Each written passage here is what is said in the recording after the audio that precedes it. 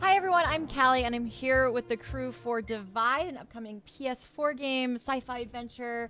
It's coming out January 31st, so I'm here with JD Straw. Hello. The design director. And off-screen we have Chris Tilton, who is the director.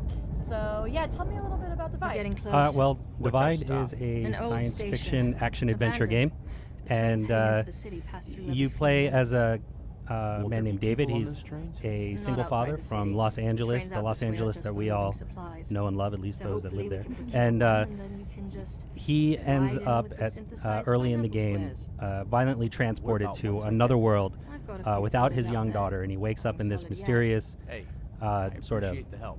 I'll get you dystopian there. location You bet without on his it. daughter, and immediately feels compelled to find her and get back to her, and along the way goes on this adventure of mystery and intrigue that involves his late wife's relationship to a big evil mega corporation. All right, so there's a lot going on, but it's cool. As you can see, it's isometric. Here we are, sir. Just a reminder, we're streaming on YouTube and Twitch. It's twitch.tv/GameSpot. You can ask us any questions in the chat. If you just label it question, it'll be easiest for us to see. You can ask the devs anything. So Yeah, we're ready to Alright, answer. Here we go. So give a little background, because we've kind of jumped in here. Sure. So we're starting in episode 4. We say episode, but all of our episodes are contained in one game.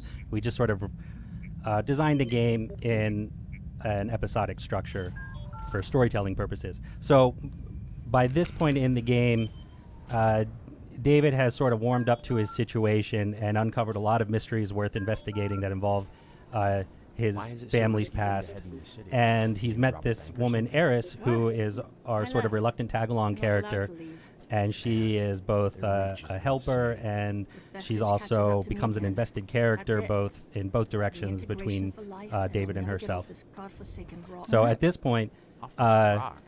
What do you mean? the Going device off that the brought planet? David to this The world last has 10 been years taken I've by been our trying to villain get to villain Ren. character, I and thought it was so close this they're time. now trying to figure out how they can get Oh, into this yeah, of big course major you don't. city to try and retrieve Ren, it back, so it's David off can get back planet. to his daughter. It's a place All free right. of control, free of Okay. vestige. So And also- question. Oh, and there's an important thing I'm supposed to He's got mention here. connections. So Should have known he wouldn't come through. as part of You the know, everything can't be all. the sort of beginning of What this are you mystery, defending David him is given a for? package If that not for Alton, belonged neither to of us his would be in wife, this and in mess. it are these contact Well, what lenses was the that plan? act as Meet a me in sort a of secret lab augmented in the reality middle of nowhere? filter That's not for far whoever off. wears them, and This way. connects them You to have this speak in code. sort of If you integrated help me networked with the order, world. I can get And so a lot of this holographic Too stuff you late for see that. Chris pointing and going revealing, back. that's all Even if it being means revealed giving up by the Ren? player's Alton cone is of not the vision through only these way to contact Ren. lenses. Then why aren't you already there? So we have a So question you already have from back into Adnan VC Ahmed on without getting YouTube.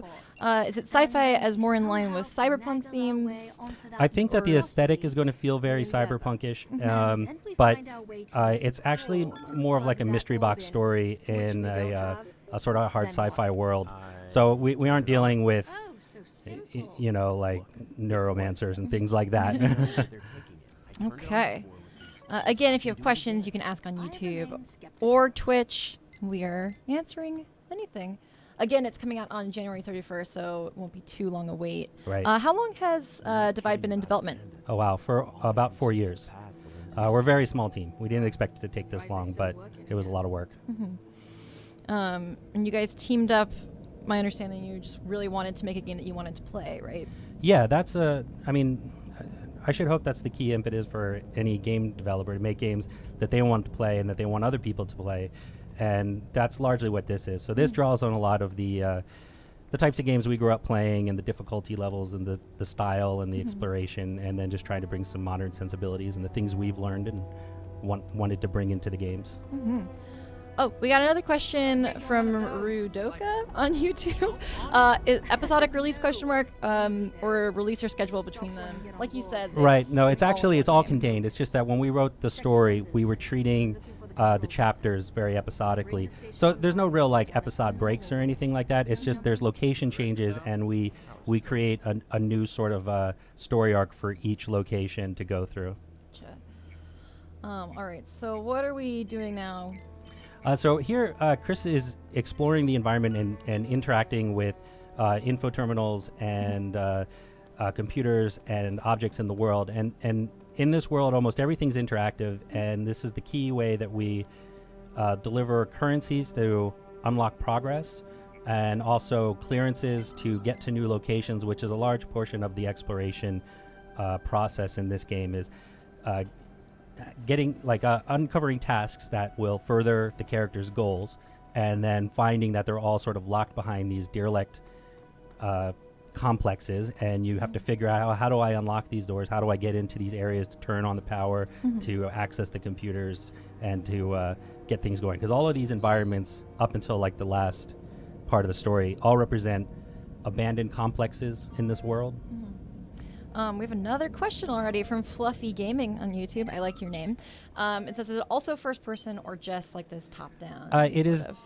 Okay, well, there is no first person in this. It's only third person, but we do have some special set pieces that are what we call deep matte paintings, and they're actually like 2D painted scenes, and we have a more dramatic camera angle, and the 3D characters are composited in sort of like Resident Evil or Final Fantasy VII kind of technology. So, all right. So you talked a little bit. I want to go back to the inspiration, because making games that you want to play as a developer, what were some games that inspired you for Divide? Well, besides the ones you just mentioned, of course. Sure. It's hard to pinpoint exactly which ones, but it definitely, I feel that there's a callback to like Out of This World and Flashback. A lot of people, they're telling us like what it reminds us of, like saying, oh, it looks like Syndicate. Did you ever play Syndicate? And we're like, oh yeah, we love Syndicate. Looks like Final Fantasy. Did you ever play Final Fantasy VII? It's like, oh yeah, we love Final Fantasy VII. So obviously these things come up, but I guess we don't really have anything we were targeting except for maybe what's that game called? The one I get it. Bastion.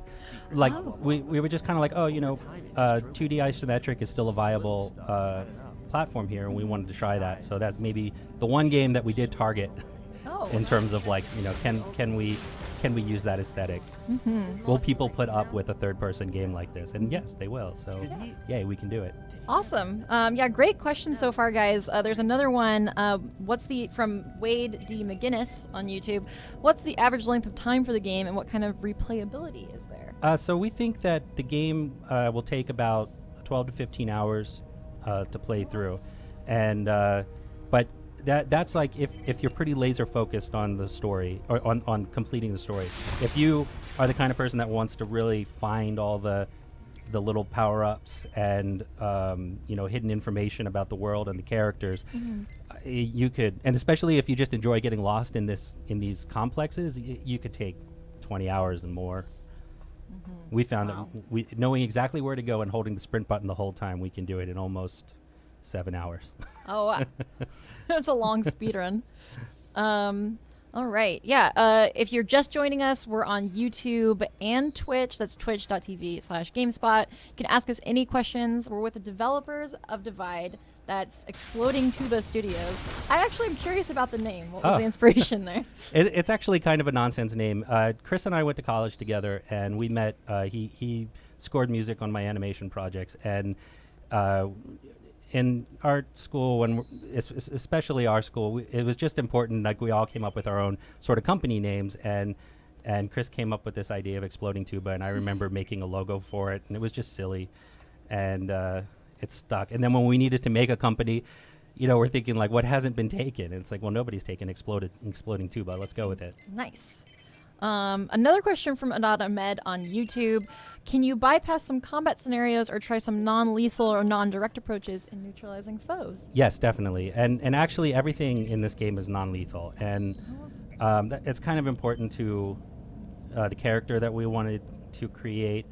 So we had to make a lot of design decisions about that. But in terms of combat, there is some combat where you kind of have to push your way through. But you can just about any combat you can try to avoid, and you end up developing a lot of tools to sort of mute the violence. So eventually you're able to interface with your enemy's networked ability and sort of hack them to change their behaviors a little bit. Like you can reassign them to other parts of the world, or you can sort of bribe them with this social currency that you collect throughout the game, and they'll ignore you as long as you don't aggro the level, and then we even have like some robots. I don't know if I didn't notice if Chris. Yeah, Chris came across a couple of them, but the robots eventually you're able to develop the ability to reprogram them to fight against enemies or to take control of them and remote pilot them, which is really fun because there's a lot of additional options in terms of disabling them at like a choke point and using them as an area of effect attack by detonating them. There's a lot of different ways to approach that kind of thing. There is, but the focus is not, it's not like a Metal Gear Solid game. It's David is not a combat veteran or anything like that. He's just a photojournalist. Oh, so he doesn't know how to shoot something, but it's not a gun. That's cute. I do have a question about the social currency. Is that the vestige citizen points you're seeing on the screen? Yeah, so up in the upper right, you see the vestige points, and that was a sort of satire call to the gamification of life that we're seeing nowadays. Okay, so and then beneath that, there's actually kind of this add-on app, we call it, that's collecting hashes, and this is kind of like our hacking currency. David is not a hacker, but his companion knows how to breach these networks and stuff, and so whenever Eris is at a hub location, she opens up the ability to hack into systems, but she needs you and your lenses because she refuses to wear these smart lenses. She needs you to interface with the computers, and the hashes are basically like username, password credentials that you're collecting, and then you're brute forcing into these systems. So you spend so many of them and get them blacklisted to break into the networks. And you collect those by interacting with objects in the world. Yeah, so that's what I was actually going to ask next, is we see Chris, who's off screen, if you're just joining us, kind of interacting with a lot of stuff in this area, and I wanted to get to know a little bit more about what that's accomplishing. Sure. So there's a big balance of currency here. One of the things is you have a limited amount of firepower at your disposal, and it's in the fiction, the weapon that you use is kind of old and non-standard, and so it's constantly burning out the energy source that powers it. And if you run low or you just want to conserve it for like a panic fight, you're encouraged to hack your enemies, and for that you need to spend V points to influence the human agents, and you use the hashes again to break into their network connection and hack their behaviors and their orders and things like that. So you begin to balance it because you also need those hashes to break through certain doors that are just sort of locked or turned off or disabled, and you find yourself running out of one or the other based on how much combat or how much exploring you're doing. Yes, it sounds a little bit like resource management as a layered strategy. It is, yeah. But we do make sure there's plenty of places to feed you this currency, and you'll see he keeps interacting with these holographic checkpoints in the world, and they sometimes drop currency grabs for you. So there's a lot of places to stock up, and then certain doors that are more secure cost more credential hashes to break through. Gotcha. We have another question from Michael Clint on YouTube. This is my first time hearing about the game. Release date and platforms. Yes, so we are releasing on January 31st on PSN, and then hopefully we're going to get onto PC shortly after. But we're definitely aiming for PC as well. All right. Wade on YouTube again. Another question. Thank you for the questions, by the way, everybody. It says, is combat similar to Invisible Ink? Gosh, somebody was comparing it to that, and I haven't played Invisible Ink, but it's on my radar, so I can't answer that question honestly. Okay, fair enough. Someone would have to describe it to me, and then I could evaluate it. Yeah. So what is the combat like? The combat, mechanically, it's kind of like a twin-stick shooter. We look around with the right stick and aim your weapon, and we move around with the left stick, and so you can kind of strafe and aim. And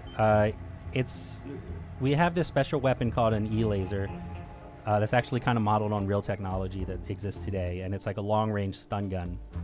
And because in this world, lethal handguns and such aren't really a thing because it's important for the corporate government to preserve their population and reintegrate them if necessary, rather than execute them for anything. Awesome.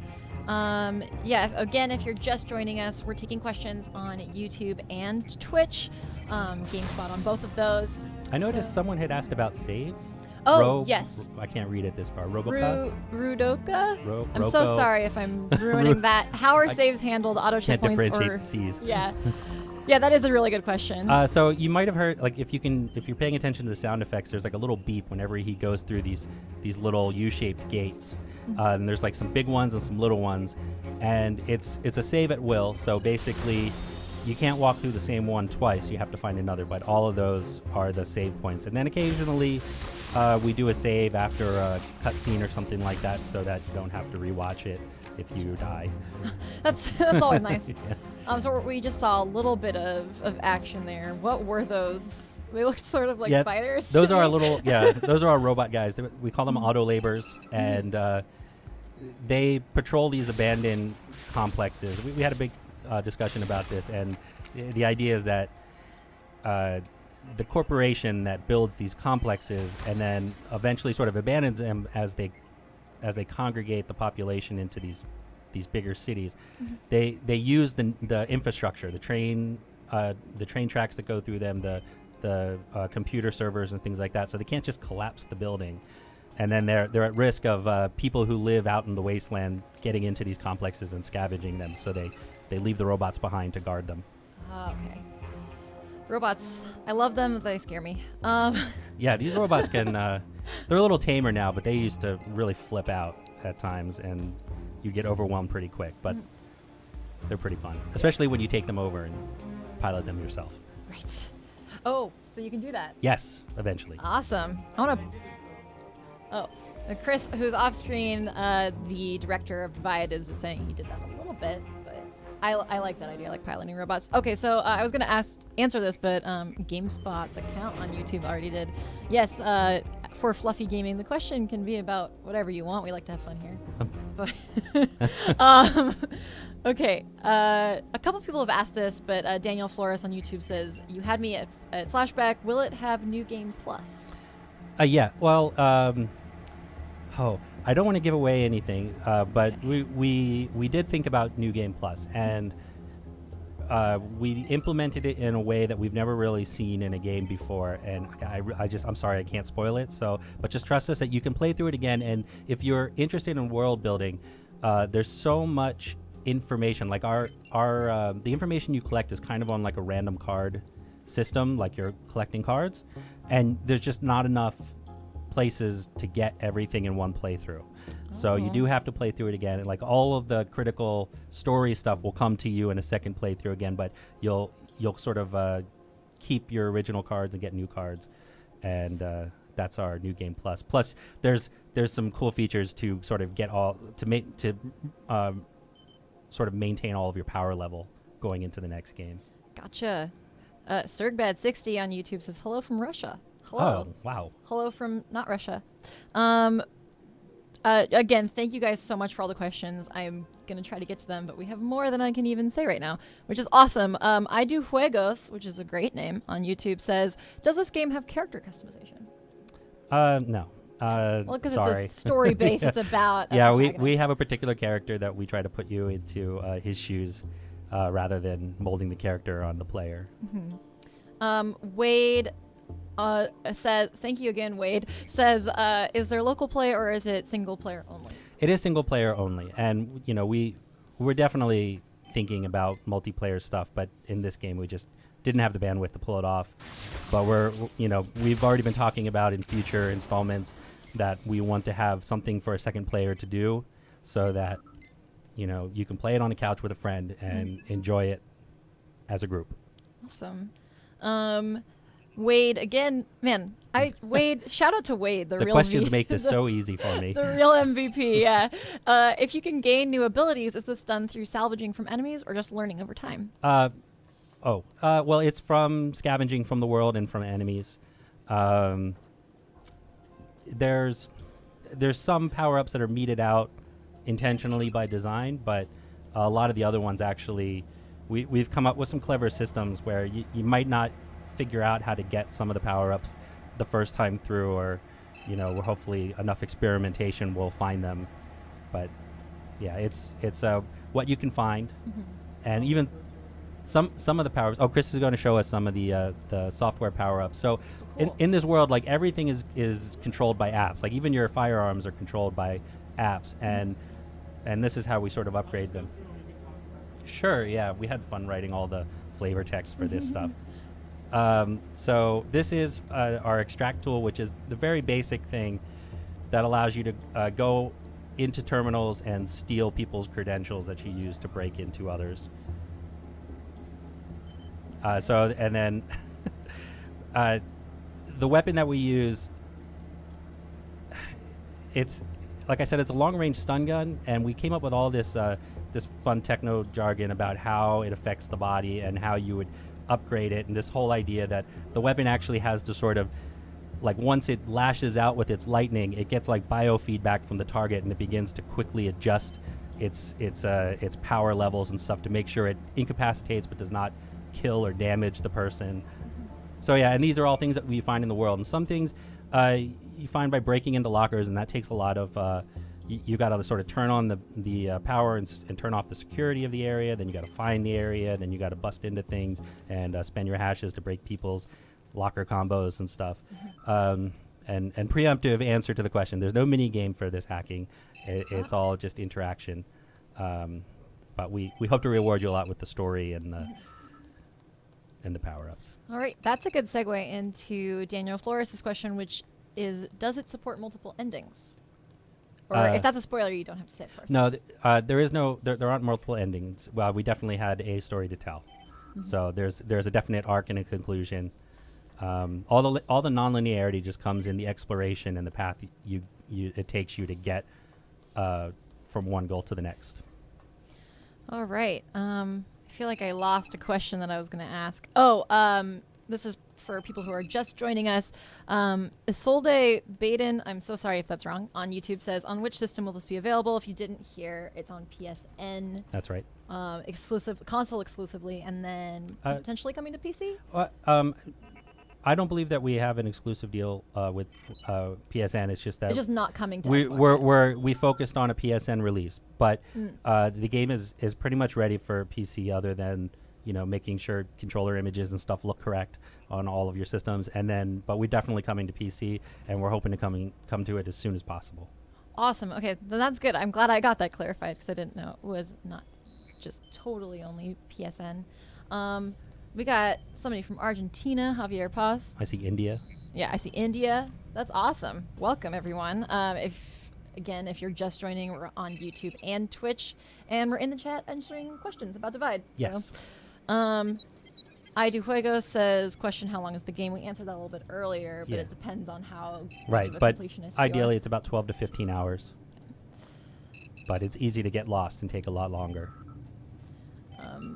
And when I say get lost, I mean that in a good way. I mean, Chris, who did almost all the level design, created such fun and interesting environments that it's you don't get lost in the traditional sense. It's like you just get lost because you're having so much fun getting deeper and deeper into these complexes. That's a good segue into Wade. Shout out to Wade again. This question is, how diverse are locations of the game? Can we expect a variety of sci-fi goodness?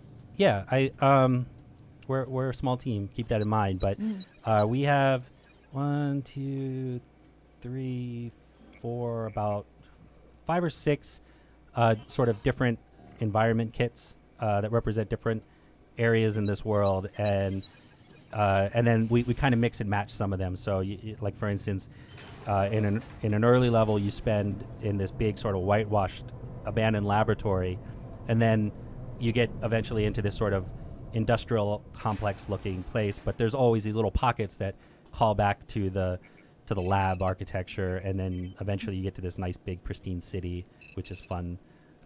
Suddenly everything becomes bright. And there's people. Actual people. Okay. Well, I want to tease them at least. Chris told me not to spoil, which I'm trying not to do, but I can't. I'm excited to talk about this stuff. No, that's great. I love it when people are excited. Daniel Flores says, most importantly, does it have a platinum trophy? Winky face. I think the winky face is an important part. Chris of the designed the trophies. Do we have platinum? We're only large scale games get Yeah, platinum, but we Yeah. do have gold and silver and bronze trophies. Okay, Right. so- So the I'll yeah, let you field that. I am reminded that really only like big AAA games are get to have the platinum trophies, and us being an indie developer, we have what was the last thing you said, Chris? Gold and silver trophies. Yeah, we have gold and silver trophies. And bronze. Yeah, And Places bronze, seem yeah. better. yeah, we have to get popular first. But yeah, that's a good question. That's always on people's minds. So, yeah, continue asking questions, guys. Thank you so much. This is awesome. We're learning a lot about Divide. Currently now, Chris has broken into this area that is kind of like an old residential area, or I should say commercial area. It's like a mall, and it's several stories deep, and you can see down through the atrium into the lower levels. And this is like a fun place for us to design. Chris put a few little nods to like what kind of people were here before. All the little abandoned storefronts that have been torn down have their augmented reality nameplates still up. I'm such a sucker for like abandoned stores. I know that's like a weird like dystopia sci-fi thing. I like abandoned gas stations. Yeah, Stuff that's like that. I love it. The fun thing about making a sci-fi game is the world building, and we had a story to tell, but we had to like figure out what this world was going to be. And Chris had an idea to begin with, and then we just sit around and we're like, wouldn't it be cool? Wouldn't it be cool? And then we're doing research. We do a lot of research trying to figure out things we can tie it to help ground it and make it feel very real, because some of our storyline actually involves. Remote controlling, by the way. Oh, he's remote controlling the robot right now. This is what we've all been waiting for. I love robots. All right, so yeah, if you didn't hear earlier, you can remote control robots. The robots might also attack you, maybe. But Are there this any is enemies? exciting. I'm so excited I get to see this. What are we looking for right now? I'm looking Just for to the catch other up? robot to shoot. Oh, okay. So currently, Chris, who's off screen, the director of Divide, is looking for another robot to attack with this robot, which is And currently, stuff I want to see. Chris's objective as the character David is they're in this abandoned train station, and they've previously learned that by finding the control station, they can bring certain features back online and actually stop a train and sort of hijack it and get on it and take it to another location. So he's searching around trying to figure out how to find the control center and get clearance to get into it and summon a new train. Right. I do Juegos wants to know if this is your first game No. Well, this is as as a developer. Well, let's see. This is Chris's first game designing and developing a game. He's done music for television and movies like, Zoo and, oh yeah, and other games like SimCity 4.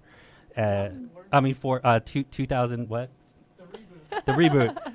The one I didn't play. Sorry. Oh, I listened to all the played that music one. though. I did. I played it. And then I previously worked at Telltale as a designer and a couple other companies before that. So I've been doing this since 2000, and Chris has been writing music for games and television for just as long. All right. Wade wants to know, as a dev team, are you hoping to continue this as a series, or is this a one-off? Yes, we have two more games worth of story to tell, and that's we're really hopeful for this game because we want to get to those stories. And we did a lot of experimenting, took a lot of risks to figure out how to make this game, and now it's like we're so honed on making this type of game that we're like, oh, now we got to make part 2. It's so important because we want to do everything better and add much more features and really get in all the ideas that we had. And even like some of the people that have expressed a lot of interest in the game, they come to us with really great ideas, and we're like, we're so sorry we didn't. Like we wanted to do similar things, but we just didn't have the manpower. Robot fight. But we want to do it in the future. I do want to say that the music in the SimCity reboot is so relaxing, and I enjoyed it a lot. I played a lot of that game. Modded Kiwi says yeet, which I think might be a reference to that one Vine, and I'm hoping so. Just shout out to you. Did somebody criticize me for not playing SimCity or Invisible Ink? Is that what I'm seeing there? No. I think Wade, our new best friend. I do play City Skylines. So Wade is just. I think he's saying he didn't. Oh, okay. All He's right. going to point it out. He's going to challenge me to something. Okay. I was gonna say something else. You talk about how these things that we extract also are relevant to the story and things like that. Chris, So Chris guiding me on what to talk about. Just so you know, Chris is off screen playing Divide. So Chris is fiddling around with our Solus menu, and this is what people who wear the Solus contact lenses see when they close their eyes. It's how they get into the menu, and everything that you collect in the world are bits of information, and a lot of it is sort of stolen emails, stolen communiques, stolen memos between key players in this world, and what we find out, David's deceased wife had a much bigger role at this company than he could ever imagine. That just leads into these crazy global conspiracies and open up like a totally, it's very tinfoil hat kind of stuff with this mega corporation vestige, and so it's important to read a lot of it. I mean, you don't have to. It was important to have the choice that if you aren't into reading the story, you don't have to bother with all of it. But certain key bits of information, when you read them, they plant a seed. They're told from Vestige's point of view, which is just loaded with propaganda. And if any of those informations that sort of spark an opinion from David, if you then go back to Eris, they become dialogue options with Eris, and you can talk to her about it. And she has a decidedly subversive bent against Vestige. And she'll give you her point of view about these things that you learn. And what's really fun about it is sometimes it's like her point of view does not sit well maybe with you as the player or David, but it's like, well, great, now I have two versions that are potentially true, and I don't like either of them, and they don't necessarily paint my wife or reality as I knew it the way I want it to be, but now I've got to figure out what's true. Yeah, and as you can see, we're talking to Eris right now, and there was a little dialogue. Yes, and so you end up with, you can like build up a lot of choices if you just spend a long time exploring without returning to Eris, which you can do at any time at your own pace. All right. We got James Furbrocki on YouTube says, Chris. So shout out to Chris. He's got fans. You want me to just start showing the opening prologues as we're getting down to about 15 minutes left? Yeah, Chris is asking if you guys want to see the opening prologue. He's Yeah. probably asking if I want to show it. Yeah, well, let us know. There might be a little bit of a delay. Yeah, we are going to be wrapping up pretty soon. We got about 15 minutes left, but we are on YouTube and Twitch, so you can continue asking questions and put in your vote for whether you want to see the prologue. Is it a cinematic? We don't have any pre-rendered cinematics, but we just sort of do some. We do some story-driven portions where we take control of the camera and take control of the characters, but everything's in engine. Gotcha. So you want to do that? All right. Well, Sure, let's do it. Yeah, we might as well. I hope no one says no. So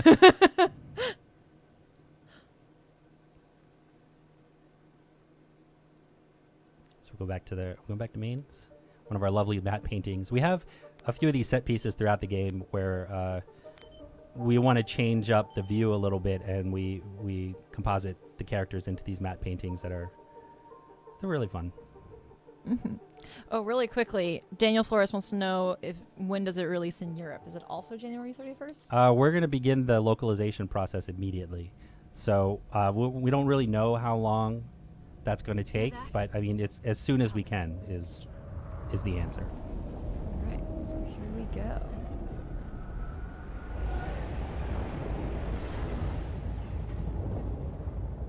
So we do kind of a cold open with the game to get you through both a little bit of exploration and a little bit of combat, so we can tutorialize the gameplay.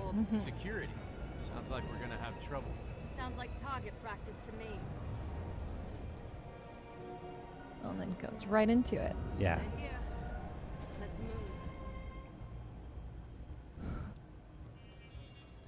So it's nice. We sort of start the game off with a bit of mystery for the player, and then later we sort of jump back in time and build up the story for David. And it's nice because then we introduce the mystery for the character, and hopefully the two sort of gel together, and you come along for the ride. All right. We got a couple people, Sayan and Wade, both want to know, are there floor bosses? Uh, Get overwhelmed, run like hell so against me. we don't have bosses. Like we don't have boss battles. We just have sort of dramatic moments to the story that are exciting and tension filled. So yeah, no, there's no big like combat climax.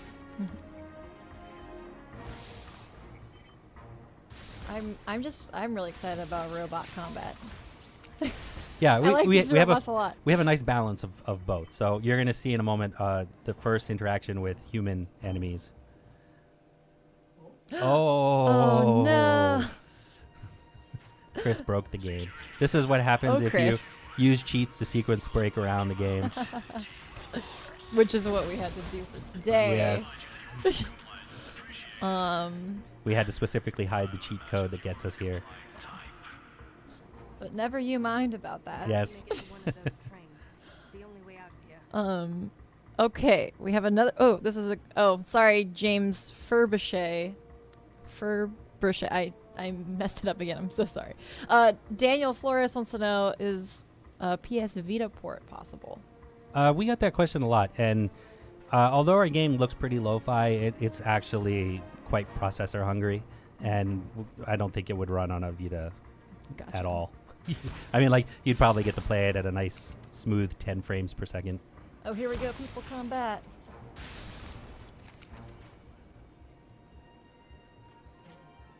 Okay. We actually have a pretty intelligent enemies. They're maybe a little more intelligent than they need to be for this game, but they have tactics, and we have this whole fiction about how they network their tactics in real time and how the whole sort of command process works, and then we reflect that in the way they fight David and Eris. Mm-hmm. So you can sort of exploit it a little bit, and if you understand how it works, you can circumnavigate. Oh, there's another Oh one. man, It's going to keep doing that now until we go back and start a proper game. that's what happens when you Yeah. cheat. Oh, really quickly, Wade says, "All right, Callie and gang, you guys have a lovely day. I look forward to streaming this." That is very sweet of you. Oh, great. You have a lovely day, Wade. Should get in touch with us because maybe we can get you a code. Oh man, Wade, the real MVP of this whole stream. Okay. So this is our introduction to the villain character. So our villain is really the company Vestige, but Decker here is kind of the mouthpiece for their security agency, and he's the one that harasses you through this whole game. He looks like he would harass you. You can't. Look at his smug face. So he steals the device from you that brought you here. It's ever since it transported David to this location, it became inert, and he sort of becomes his goal to try to figure out how to get it working again, so he can hopefully get back to his daughter. Okay. Ooh. Bill Boma, this is a new question asker. Thank you. On YouTube says, "What happens if you get killed? What is the penalty for dying?" So because you don't necessarily die, because all the weapons in this world are pretty much non-lethal. It's once they catch you, they decide whether or not you live or die. But if depending on whether Eris is with you or not, you either get kind of like a game over and you start from a save point. But when Eris is with you, and I believe many times even if she's not, you kind of go unconscious and then you wake up at a save point as though Eris has pulled you out of the fight. And now she's with you rather than being at the hub, and at which point you can decide she's coming with you to fight, or No, honey. You can sleep if or tired. you can get her back to the hub. Alright. Because if she's with you, you can't hack the enemies. So, you know, Pretty boring. and she'll eventually, if you die too many times at once, she starts to disparage your abilities. I don't know what to do with myself. And so, if you didn't catch, this is 6 hours earlier than all that combat we were just saying. Yes, so this is back in regular Los Angeles, and we have a nice little exposition where She's happy I we got let her out of pee. David bond with his Yeah, daughter, so we of can sort of course, set up just that a few stops relationship. away. And he meets Yeah, you character took the time to Alton, see who what is his deceased wife's partner, coworker, You closest remember Mr. colleague, Templeton? and he's got information about the circumstances around her death. Yep. He worked with your mom. Remember he played zoo animals with me? Oh, I remember, sweetie.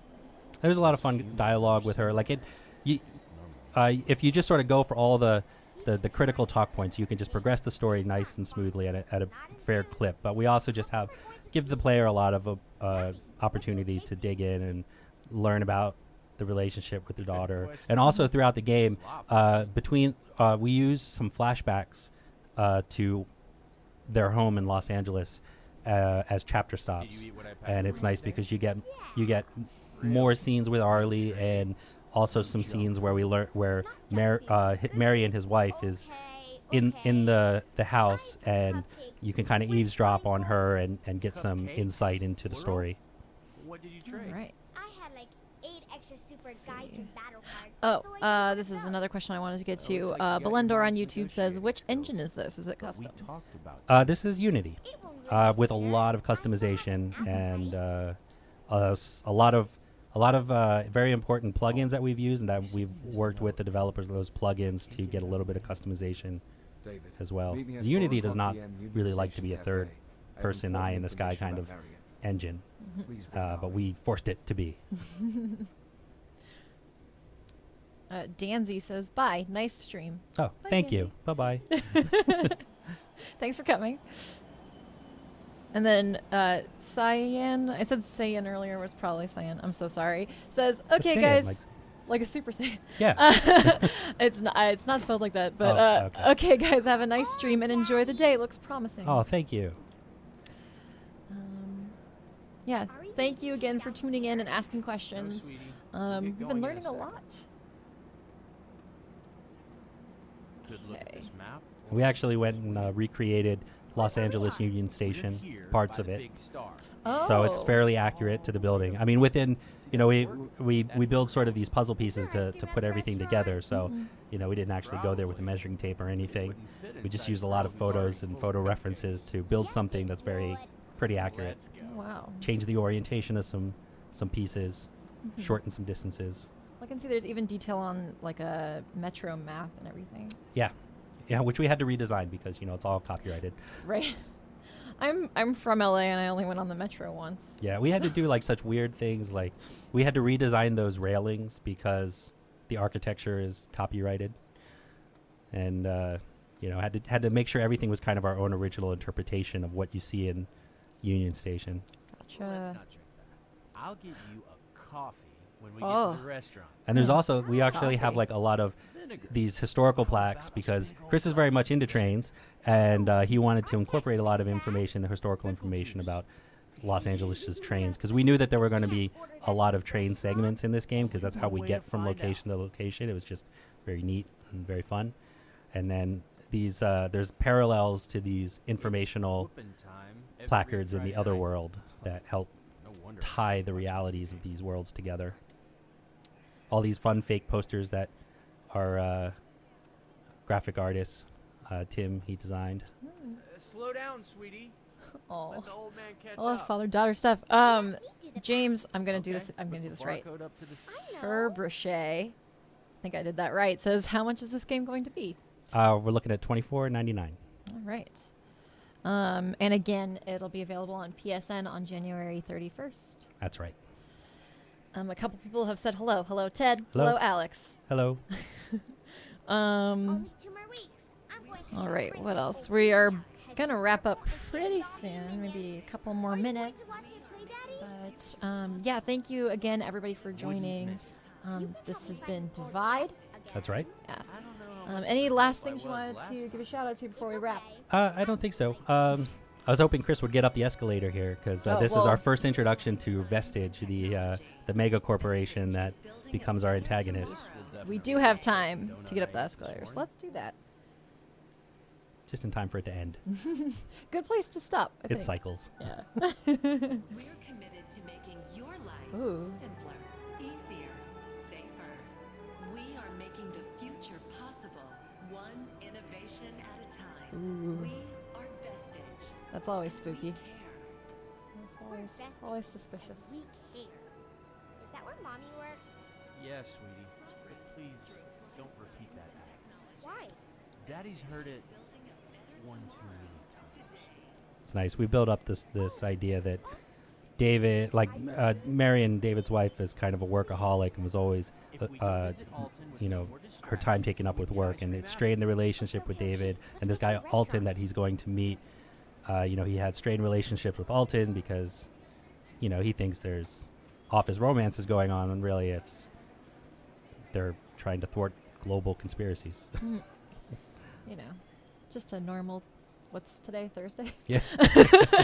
I ruined my own joke. Deadpool says, "Hello, hello, hello, governor." Hello. Hello. Goes to a cafe and a train station. Alton, I Ooh. guess. It suddenly got really bright. So here's one of our matte paintings. Kind of switches perspectives, as you can see. So yes, it's not all isometric. And this is actually, it's a 2D painting. It's based on a 3D previs, and then we do some fancy tech to clip these characters in based on their depth. That is super cool. What? David. I'm like marveling at this because I don't often see stuff like this. Yeah, it's fun. We have several of these throughout the game, and they're especially fun when you get into the other world. Great. He eats so many ants every day. He's getting fat. He's eating so many ants.